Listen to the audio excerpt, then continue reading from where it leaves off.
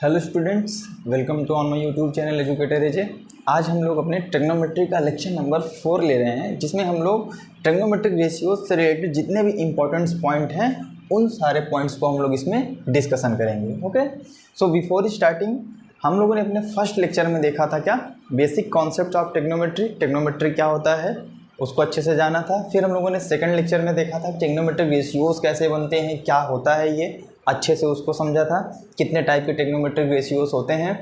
And then हम लोगों ने थर्ड लेक्चर में थोड़ा सा देखा था क्या, कुछ क्वेश्चंस किए थे related to trigonometric ratio. Okay, so before starting other questions क्या करना पड़ेगा, हमें कुछ बेसिक कॉन्सेप्ट को समझना पड़ेगा, कुछ इंपॉर्टेंट पॉइंट को समझना पड़ेगा जो हमारे न्यूमेरिकल में, हमारे क्वेश्चंस में थोड़ा सा हेल्प करेंगे, थोड़ा क्या बहुत ज़्यादा हेल्प करेंगे। ओके, सो ये वाला लेक्चर जो रहेगा पूरा डेडिकेटेड रहेगा important points on trigonometric ratio पे। ओके, क्या क्या ट्रिग्नोमेट्रिक रेशियो से रिलेटेड कौन कौन से इंपॉर्टेंट पॉइंट्स होते हैं उसको जानने के बाद तब हम लोग फर्दर कुछ क्वेश्चंस करेंगे, उसके बाद हम लोग जंप करेंगे ट्रिग्नोमेट्रिक आइडेंटिटीज पे। So let's start. अब यहाँ पे देखो, जो पहला पॉइंट रखा है वो बहुत ही ज़्यादा very important, most important point है, याद रखना ये, ठीक है ना। इसमें क्या रहा है, the value of trigonometric ratios of an angle do not very with the length of the sides of the triangle if the angle remains the same.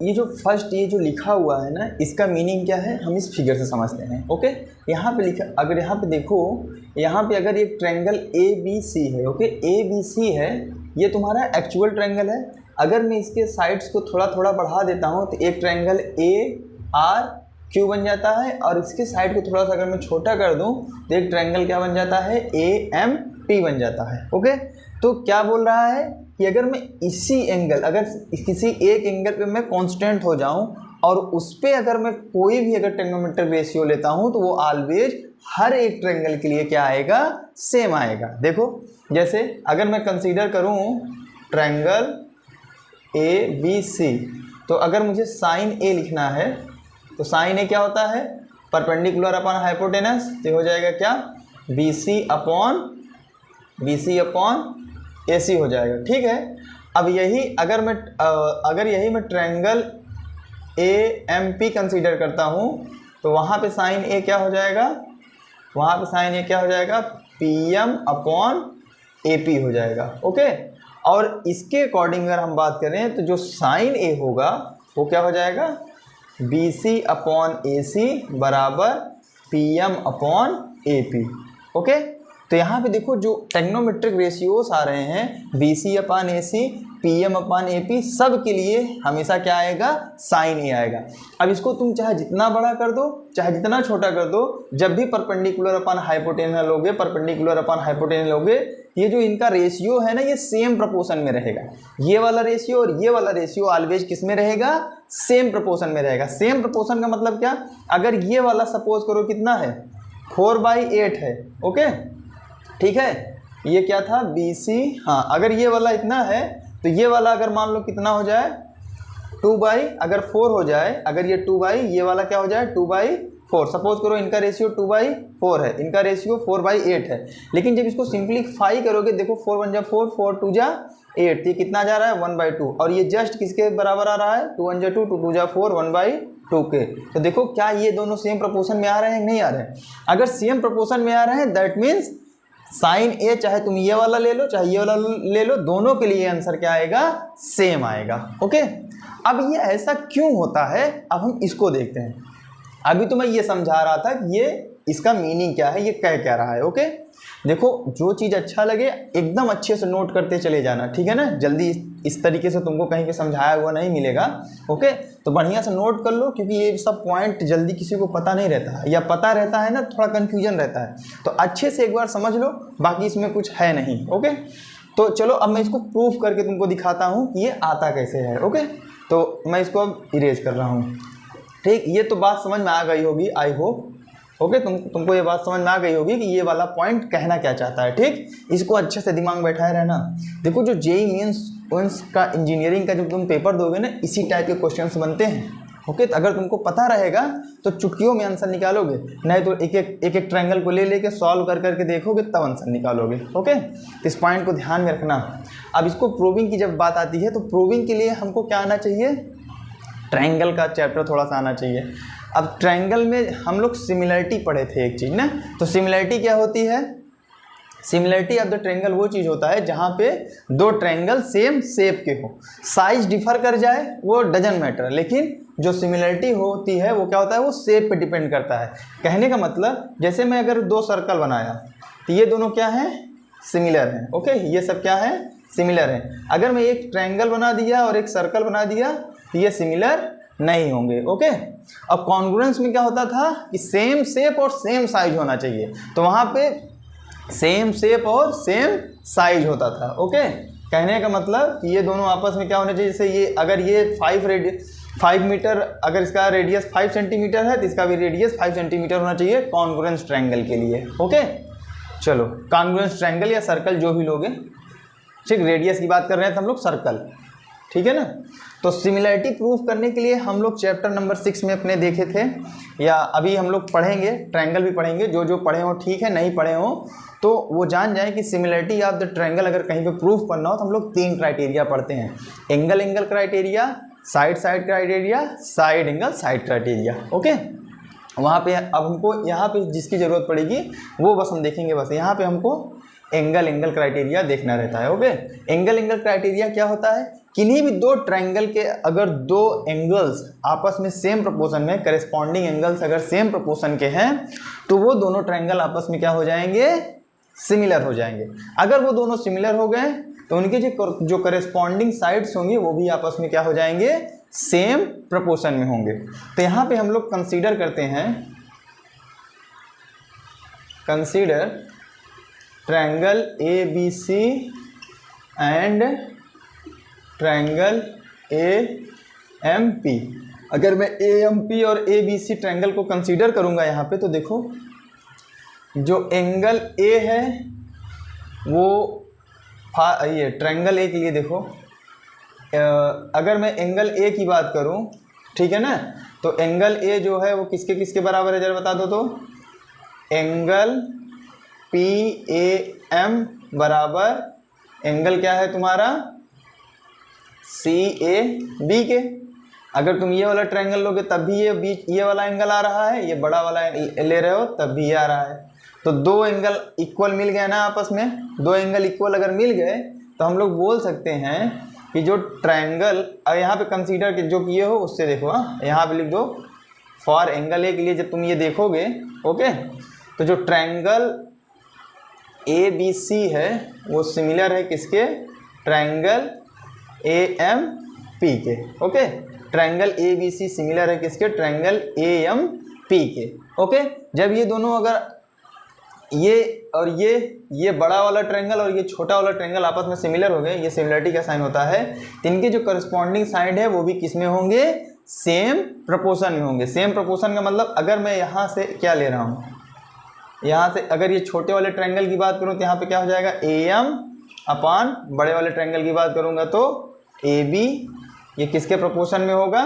अगर मैं इसकी बात करूँ तो, इस वाले साइड की बात करूँ तो छोटे वाले के लिए क्या हो जाएगा, AP अपॉन बड़े वाले के लिए बात करूँगा तो AC हो जाएगा। ठीक, जैसे यहाँ पे पहले ये इस वाले ट्रायंगल का ये वाला साइड कंसीडर किया था, तो जब हम लोग ये वाला लेंगे तो इस छोटे वाले ट्रायंगल का पहले ये वाला साइड कंसीडर करेंगे। ठीक, पहले ऊपर में ये छोटे छोटे वाले का और नीचे में ये बड़े बड़े वाले का। ओके, सेम इसी तरीके से सिमिलरली तुम ये वाला भी ट्रायंगल, इन दोनों ट्रायंगल के, ट्रायंगल AMP और ट्रायंगल ABC के सिमिलर होगा। ठीक, अब चाहे जितने भी ट्रायंगल यहाँ पे बनाते जाओ, बस एंगल को सेम रखे जाओ। बस तुम बोल सकते हो कि ये जो तुम्हारा, अब मैं अगर इस पूरे ट्रायंगल की बात करूं और इस छोटे वाले ट्रायंगल को अगर मैं कंसीडर करूं, तो तुम यहाँ पे बोल सकते हो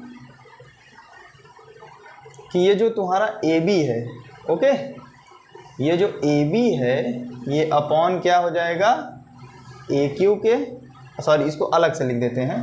अगर मैं अलग से इन ये ABC और AQR को कंसीडर करूँगा, तो जो तुम्हारा AB upon A B upon A Q है वो जस्ट इक्वल टू किसके हो जाएगा, A C upon A R के। ओके, तो ये वाला इन दोनों ट्रायंगल के लिए हो गया, और ये दोनों जो है वो triangle A B C and triangle ए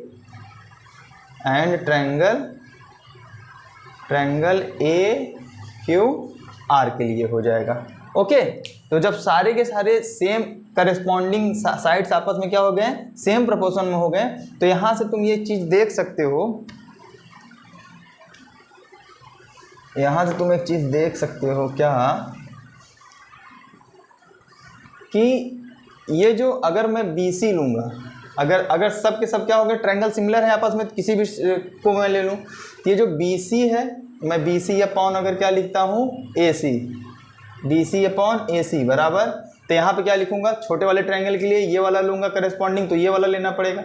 जब मैं बड़े वाले का ये और ये लिया तो छोटे वाले का ये और ये लूँगा, ये कितना हो जाएगा, PM अपान AP हो जाएगा। और पूरे बड़े वाले का लूँगा तो सबसे पहले ये वाला लूँगा तब ये वाला। ठीक, मैं हर एक ट्रायंगल का सबसे पहले परपेंडिकुलर ले रहा हूँ, फिर हाइपोटेनस ले रहा हूँ, करस्पॉन्डिंग इसी को बोलते हैं। अगर पहले ट्रायंगल का परपेंडिकुलर और हाइपोटेनस ले रहे हो तो दूसरे वाले का जब लोगे तो उसका भी पहले परपेंडिकुलर जो होगा उसको लोगे, फिर उसके बाद उसका हाइपोटेनस होगा लोगे। ओके, इसी को हम लोग करस्पॉन्डिंग बोलते हैं। ठीक, तो इसका अगर लोगे तो क्या हो जाएगा, RQ अपान AR, और ये सब के सब किसके बराबर हो जाएंगे, साइन ए के बराबर हो जाएंगे। ठीक है ना, यही तुम्हारा क्या होता है, प्रूविंग। ओके, और ये कब लिख सकते हो, जब ये तीन के तीनों ट्रायंगल आपस में क्या हो जाएंगे, सिमिलर होंगे। तीन के तीनों ट्रायंगल एक दूसरे से क्या होने चाहिए, सिमिलर होंगे, तब तुम ये चीज़ करस्पॉन्डिंग के टर्म में लिख सकते हो। और कॉस के लिए भी ऐसे लिख सकते हो, कॉस के लिए लिखोगे तो base upon hypotenuse, base upon hypotenuse, base upon hypotenuse. tan के लिए लिखोगे तो परपेंडिकुलर अपान बेस, परपेंडिकुलर अपान बेस, परपेंडिकुलर अपान बेस, सब का सब क्या हो जाएगा, सेम प्रोपोर्शन में रहेगा। ठीक है ना, ये ऑलवेज ट्रू है, हमेशा के लिए है। ठीक, तो ये वाला जो पॉइंट था वो इसी चीज़ को शो करता है। ओके, तो ये रही प्रूविंग। हो सकता है कुछ लोगों को कम समझ में आया हो, तो जब ट्रायंगल वाला चैप्टर पढ़ोगे ना तो उसमें पहले सिमिलरिटी जब पढ़ लोगे तब तुमको अच्छे से समझ में आएगा। तो वहाँ पर अगर मैं इसको प्रूव करके दिखाऊंगा अगेन। ओके, चलो, तो ये रहा हमारा फर्स्ट पॉइंट, जो हमारा फर्स्ट वाला टर्म था उसके लिए था ये। अब हम लोग बात करते हैं अपने सेकेंड वाले पॉइंट पे। देखो यहाँ सेकेंड वाला पॉइंट क्या कह रहा है कि जो साइन का पावर -1 है वो कभी भी नहीं इक्वल हो सकता साइन की पावर -1 इंटू ए। अब ऐसा क्यों नहीं हो सकता, तुम यहाँ पे देखो जैसे हम लोग यहाँ पे लिखते हैं, अगर कहीं पे साइन इनवर्स 1 लिखा है, ओके, साइन इनवर्स 1 लिखा है मतलब साइन की पावर -1 लिखा है, इसका मतलब क्या होता है 1/x। ओके, हम लोग पढ़ रखे हैं कि जब भी कोई चीज़ नीचे से ऊपर जाएगा या ऊपर से नीचे आएगा, एक्सपोनेंट वाले चैप्टर में क्लास 8th और 7th में पढ़े रहे होगे कि जब भी कोई भी वेरिएबल या कोई भी कांस्टेंट डिनोमिनेटर से न्यूमरेटर में जाए या न्यूमरेटर से डिनोमिनेटर में आए तो उसके पावर में क्या हो जाता है, साइन चेंज हो जाएगा। प्लस साइन रहेगा तो माइनस साइन हो जाएगा, माइनस साइन रहेगा तो प्लस साइन हो जाएगा। जैसे अगर मैं लिखा हूँ 4 की पावर x - 1, अब इसको अगर मैं न्यूमरेटर में ले जा रहा हूँ तो ये 4 मल्टीप्लाइड बाई x + 1 हो जाएगा। और हम लोग अगर x की पावर 1 होता है वो भी प्लस में तो उसको दिखाते नहीं हैं। ओके, अगर 4/x रहेगा तो ऊपर जब ले जाओगे तो अब यहाँ पे देखो कुछ नहीं है, मतलब +1 है, तो ऊपर ले जाओगे तो x की पावर क्या हो जाता है -1। ओके, सेम चीज़ हमारा इस ऑपरेटर के साथ होता है। ओके, सेम चीज़ हमारा किसके साथ होता है, इसके साथ होता है। देखो ये जो साइन थीटा लिख रखा है ना, ये पूरा एक तरीके से ये पूरा क्या है, x है। ये अकेले डिफाइंड है ही नहीं। अगर तुम सोचो साइन को अलग करो, थीटा को अलग करो, तो ये डजंट मीन, इसका कोई मीनिंग नहीं होता है। ठीक है ना, अब साइन की पावर -1 की हो, इसका सीधा मीनिंग बस यही होगा 1/sin थीटा। ओके, और अगर कहीं पे ये साइन के पावर -1 इंटू ए लिखा है तो इसका मतलब समझते हो, इसको हम लोग इनवर्स बोलते हैं। ओके, इसको हम लोग क्या बोलते हैं, inverse function. Okay, inverse function of sine A. Okay, अब साइन इनवर्स ए क्या होता है, ये जब तुम क्लास 12th में जाओगे ना तब ये चीज़ तुमको अच्छे से समझ में आएगी। ठीक, ये चीज़ हमारे सिलेबस में नहीं है, ये हमारे बियॉन्ड द सिलेबस है। ओके, तो हम लोग ये साइन इनवर्स ए को नहीं जानेंगे, हम बस इतना समझेंगे कि अगर पूरे का पावर -1 है तो उसका सीधा सीधा मीनिंग क्या हो जाएगा, 1/sin ए। ठीक, तुमको याद रखने के लिए मैं यहाँ पे ब्रैकेट में लिख दिया हूँ। ठीक, ये जैसे लिखा है हु बहु ऐसे उतार लेना। ठीक है ना, मैं इस सब का पॉइंट एक एक चीज़ समझा देता हूँ, यही सब इंपॉर्टेंट सब पॉइंट्स हैं, बाकी और कुछ नहीं जहाँ पे तुमको कन्फ्यूजन होता है। ठीक, चलो, तो ये बात तो समझ में आ गई होगी आई होप। अब यहाँ पे ये क्या है, ये देखो, अगर साइन थीटा का होल स्क्वायर लिखा है तो इसको हम लोग साइन स्क्वायर थीटा लिख देते हैं। जैसे कि देखो यहाँ पे दिखाया, अगर x का होल स्क्वायर होता है तो इसको अगर ब्रैकेट हटाते हो तो x स्क्वायर हो जाता है। ठीक, यहाँ पर देखो, अगर साइन थीटा का क्या है, होल स्क्वायर है तो इसका सीधा सीधा मीनिंग क्या हो जाएगा, साइन स्क्वायर थीटा। ठीक है, अब ये साइन थीटा का स्क्वायर नहीं हो सकता। क्यों नहीं हो सकता, यहाँ पे बात समझो। देखो, हम ये जो साइन और थीटा का यूज करते हैं, हम लोगों ने देखा है relation between sides of the triangle and angle. Okay, तो ये जो साइड वाला है, साइन शब्द है, ये क्या है, साइड वाला शब्द है। ठीक है ना, इसी में क्या होते हैं, साइड का क्या होता है, रेशियो होता है। तो जो ये साइड का जो रेशियो है और ये जो एंगल है, ये दोनों एक साथ जुड़े हुए हैं। ओके, तो साइड का हम लोग स्क्वायर करेंगे तब वो थीटा का अपने आप इफेक्ट दे देगा। ओके, आगे चल के जैसे तुम पढ़ोगे, मान लो साइन स्क्वायर 30 डिग्री है। ठीक, तो हम लोग सबसे पहले क्या करते हैं, साइन 30 डिग्री लिखते हैं, उसके बाद इसका होल स्क्वायर चढ़ाते हैं। क्यों, क्योंकि हमको ये चीज़ पता है, ये चीज़ नहीं पता है ना, इसका मीनिंग हमको नहीं पता है क्या होता है। ओके, नहीं तो इसका बात अलग हो जाएगा। तो अब जैसे साइन 30 डिग्री लिखते हो तो साइन 30 डिग्री की वैल्यू क्या होती है, 1/2। आगे चल के अभी सब बताएंगे, अभी वजह से समझते रहो। साइन 30 डिग्री की वैल्यू क्या होती है, 1/2। तब इसका पूरा होल स्क्वायर सॉल्व करोगे तब जाके जो आंसर आता है वो आंसर होगा। लेकिन अगर तुम यही चीज़ अब ऐसे कर दोगे, साइन 30 का स्क्वायर, तब तो ये डिग्री ही पूरा चेंज हो गया है ना। तब तो ये साइन कितना हो जाएगा, 30 तिहाई 3 3 9 00। साइन क्या हो जाएगा, साइन 900 डिग्री। अच्छा ये बताओ, साइन 900 डिग्री पॉसिबल है? हम लोग तो सिर्फ 0 से 90 के बीच में पढ़ते हैं ना, तो क्या होल स्क्वायर कभी भी इस पे लग सकता है क्या? अगर इस पे लग गया तो कहने का मतलब इसको स्क्वायर करेगा, रेशियो वाले को तो छोड़ देगा। समझ रहे हो बात को नहीं? यहाँ पे रेशियो वाले को छोड़ देगा, एंगल वाले को ले लेगा, तब तो ये तो हमारे लिए खतरनाक हो गया, महा खतरनाक। ठीक है ना, डेंजरस। ठीक, तो ये क्या है, कतई नहीं हो सकता। क्यों नहीं हो सकता? रीजनिंग मेरे ख्याल से आई होप आप सबको समझ में आ गया होगा कि अगर हम लोग एंगल पे स्क्वायर चढ़ा देंगे तो एंगल का स्क्वायर हो जाएगा स्क्वायर टाइम, लेकिन साइड वाला बचा रहेगा। लेकिन अगर हम यही स्क्वायर को अगर होल स्क्वायर कर देते हैं तो हमारा एंगल 30 का 30 बना रहेगा, और मेरा जो रेशियो हम लोग पढ़े हैं sine theta equal to perpendicular upon base, उसका भी हम लोग यूटिलाइजेशन कर लेंगे, यूज कर लेंगे। तो सबसे पहले साइन 30 डिग्री हम लोग सॉल्व करेंगे क्या होता है, उसके बाद स्क्वायर करेंगे। ठीक, ये हमारा बेसिक रूल होता है। ओके, कहीं पर अगर अच्छा सपोज करो ये लिखा है 4 का स्क्वायर है तो तुमको याद रहता है इसलिए डायरेक्ट कर देते हो ना, लेकिन हम लोग पहले क्या करेंगे, 4 मल्टीप्लाइड बाई 4 2 बार करके तब सॉल्व करते हैं ना, कुछ इसी तरीके से होता है। ठीक है, तो ये बात हमारे मेरे ख्याल से आप सबको समझ में आ गया होगा। और ये जो साइन और थीटा होता है ये कभी अलग अलग नहीं हो सकता। क्यों नहीं हो सकता, समझ में ही आ गया होगा कि जो साइन शब्द है ये रेशियो को बताता है, थीटा शब्द जो है वो एंगल को बताता है। तो अगर मैं साइन को अलग करके थीटा अलग कर दिया तो मतलब एंगल अलग हो गया और रेशियो वाला चीज़ अलग हो गया। ये तो कहीं हम लोग पढ़े ही नहीं है। ओके, तो ट्रिग्नोमेट्रिक रेशियोस हम लोग जितना भी पढ़े हैं वो सब के सब क्या पढ़े हैं, दोनों का रिलेशन एक साथ होता है, दोनों हमेशा एक साथ होते हैं। ओके, जैसे इसमें ऑलवेज टुगेदर बोला हूँ, मतलब ये दोनों साथ में नहीं हो सकता, ये नॉट इक्वल टू है। Sine square theta not equal to sine theta square, ये अभी मैंने समझा ही दिया कि ये क्यों नहीं हो सकता है। ओके, अब साइन थीटा का होल स्क्वायर कभी नॉट, अगर होल स्क्वायर है तब भी हम लोग यहाँ पे स्क्वायर नहीं चढ़ाएंगे।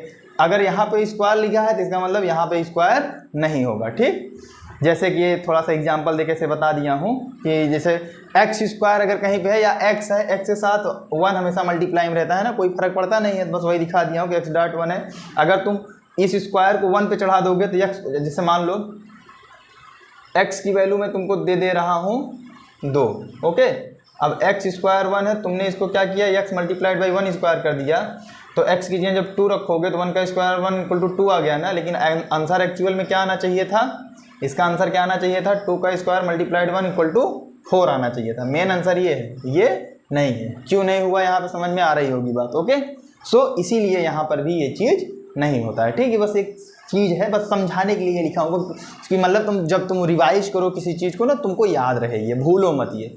ओके, ये चीज़ याद रहेगा तो तुमको कोई परेशानी या दिक्कत नहीं होगा। ठीक, और ये चीज़ भी वही चीज़ है। ओके, होल स्क्वायर है तो 1 पे स्क्वायर चढ़ा दिए, इस पे स्क्वायर नहीं चढ़ाया तब भी गलत। ये बस समझने के लिए है, ठीक है ना, इसका कोई मीनिंग है नहीं खास, बस तुमको समझाने के लिए लिखाया हूँ कि 1 महीना बाद, 10 दिन, 20 दिन बाद अगर तुम अपने नोट्स को उठाओ तो तुमको याद रहे कि हाँ ऐसा क्यों नहीं होता, ऐसा सर ने क्या समझाया था। ओके, ये बात हुई ख़त्म। ओके, तो ये कुछ इंपॉर्टेंट पॉइंट थे हमारे। अब उसके बाद हाँ, मैंने तुमसे बोला था कि जो हम लोग sine theta equal to perpendicular upon hypotenuse वगैरह पढ़ते हैं, इसको याद रखने का तरीका क्या है। तो देखो, एक ट्रिक होता है, हम लोग स्कूल से बचपन से पढ़ते, बचपन से नहीं मतलब 10th से पढ़ते चले आ रहे हैं। ओके, कि क्या होता है, पंडित बद्री प्रसाद हर हर बोले। ओके, पी का मतलब परपेंडिकुलर होता है, एच का मतलब हाइपोटेनस होता है, बी का मतलब बेस होता है। और उसके बाद और क्या क्या होता है, देखो यहाँ पे हम लोग लिख देते हैं साइन, यहाँ पे लिख देते हैं कॉस, यहाँ पे लिख देते हैं टेन। अब साइन का उल्टा क्या होता है, कॉसेक, तो कॉस, साइन के सामने कॉसेक लिख दो। कॉस का उल्टा क्या होता है, सेक होता है, तो सेक लिख दो। टेन के उल्टा क्या होता है, कॉट होता है। अरे यार ये बी होगा, देखो बोलता सही हूँ लिखता गलत हूँ, गजब आदमी। ठीक, अब सही है, पंडित बद्री प्रसाद हर हर बोले। ओके, अब जैसे ही तुम साइन थीटा की बात करोगे तुरंत क्या आ जाएगा, परपेंडिकुलर अपान हाइपोटेनस। ठीक, एग्जाम में अगर भूल जाना तो पंडित बद्री प्रसाद हर हर बोले याद रखे रहना, ये चीज़ तुरंत उसको निकाल लेना। ठीक, और वैसे भी अगर क्वेश्चन सॉल्व करते रहोगे ना, कुछ ये सब याद बात करने की जरूरत नहीं है। ठीक, ट्रिक व्रिक के चक्कर में ज़्यादा मत पड़ो, बेसिक कॉन्सेप्ट तुम अपना मजबूत करो बस। अगर तुम्हारा बेसिक कॉन्सेप्ट मजबूत है, तुमको किसी ट्रिक की जरूरत नहीं पड़ेगी। ओके, बशर्ते जो तुम अगर सीख गए हो, शॉर्ट में करते चले जाओ, शॉर्ट में करते चले जाओ, वही शॉर्ट ट्रिक हो गया। हम लोगों ने पहले परपेंडिकुलर को क्या पढ़ा था, adjacent side to the opposite angle theta, इस टाइप से पढ़ा था। फिर आगे चल के हम लोगों ने उसको सीधा सिर्फ परपेंडिकुलर पढ़ा, फिर आगे चल के उसको हमने पी से डिनोट कर दिया। तो बस समझने का तरीका, नजरिया होना चाहिए अच्छा, बस तुमको बेसिक पता रहे क्या होता है, बाकी तुम सब कर ले जाओगे। ओके, एक तो ये रहा पूरा याद रखने का, पूरा लिखाऊंगा नहीं, सब लिखा हुआ है, याद रख लेना। और दूसरा देखो, एक चार्ट बनवा देता हूँ। साइन थीटा का उल्टा क्या होता है, 1 अपान कॉसेक थीटा। कॉस थीटा का उल्टा क्या होता है, 1 अपान सेक थीटा। और टेन थीटा का उल्टा क्या होता है, 1 अपान कॉट थीटा होता है। ठीक, 1 अपान कॉट थीटा होता है। एक ये याद रख लेना, ठीक है ना। ये सब इंपॉर्टेंट पॉइंट हैं, ये ध्यान में रखना ये सब बात। ओके, ये सब याद रहेगा तभी पेपर में अच्छे से कर पाओगे। ठीक, अब ये सब इसका उल्टा क्यों होता है, मैं सब रीजनिंग दे चुका हूँ। क्योंकि sine theta equal to perpendicular upon hypotenuse, cosec theta क्या होता है, हाइपोटेनस अपान परपेंडिकुलर। तो बस उसी का जस्ट इनवर्स उल्टा है, इसलिए ऐसे लिखते हैं। और एक लास्ट वाला पॉइंट है जो इसको भी ध्यान में रखे रहना। देखो, जो टैन थीटा होता है, ओके, ये जो टैन थीटा होता है ये होता है sign theta upon cos theta होता है। ठीक, ये भी एक इम्पॉर्टेंट पॉइंट है। अब ऐसा क्यों होता है, देखो अभी इसको तुरंत मैं प्रूव करके दिखा दे रहा हूँ, समझ लो। ओके, याद रखना। ठीक, अभी इसके नीचे कॉट थीटा वाला भी लिख देता हूँ। अब tan theta equal to sine upon cos होता है, तो टैन का उल्टा क्या होता है, कॉस। अभी उसको निकाल दूंगा, पहले ये समझ लो sine theta upon cot theta आता कैसे है। देखो, tan theta equal to sine theta equal to क्या होता है, परपेंडिकुलर अपान हाइपोटेनस, तो perpendicular upon hypotenuse upon cos theta equal to क्या होता है, बेस अपान हाइपोटेनस। तो हम लोगों ने क्या लिख दिया, बेस अपान हाइपोटेनस। अब ये हाइपोटेनस से हाइपोटेनस कट गया तो बचा क्या, परपेंडिकुलर अपान बेस, जो कि क्या होता है, टैन थीटा या टैन है, जो भी एंगल लोगे उस नाम से हम लोग बोलेंगे। तो हम लोगों ने, क्योंकि इसका यूज लगभग हम लोग क्वेश्चन को सॉल्व करते हैं तो कई बार आता है, इसीलिए हम लोग इस आइडेंटिटी को भी पढ़ते हैं। सबका नहीं पढ़ेंगे लेकिन इसका जरूर पढ़ेंगे। ठीक, टैन थीटा होता है, बस सिंपल सी बात थी। ठीक, अभी आइडेंटिटी पढ़ेंगे तो उसमें और चीज़ जानेंगे, अभी बस इतना जानते रहें। और एक लास्ट वाला है जो तुम्हारा क्या है, कॉट थीटा वाला है। तो कॉट थीटा क्या होता है, अब चाहे तुम tan को 1/cot करो, चाहे कॉट को 1/tan करो, दोनों का मीनिंग सेम होता है।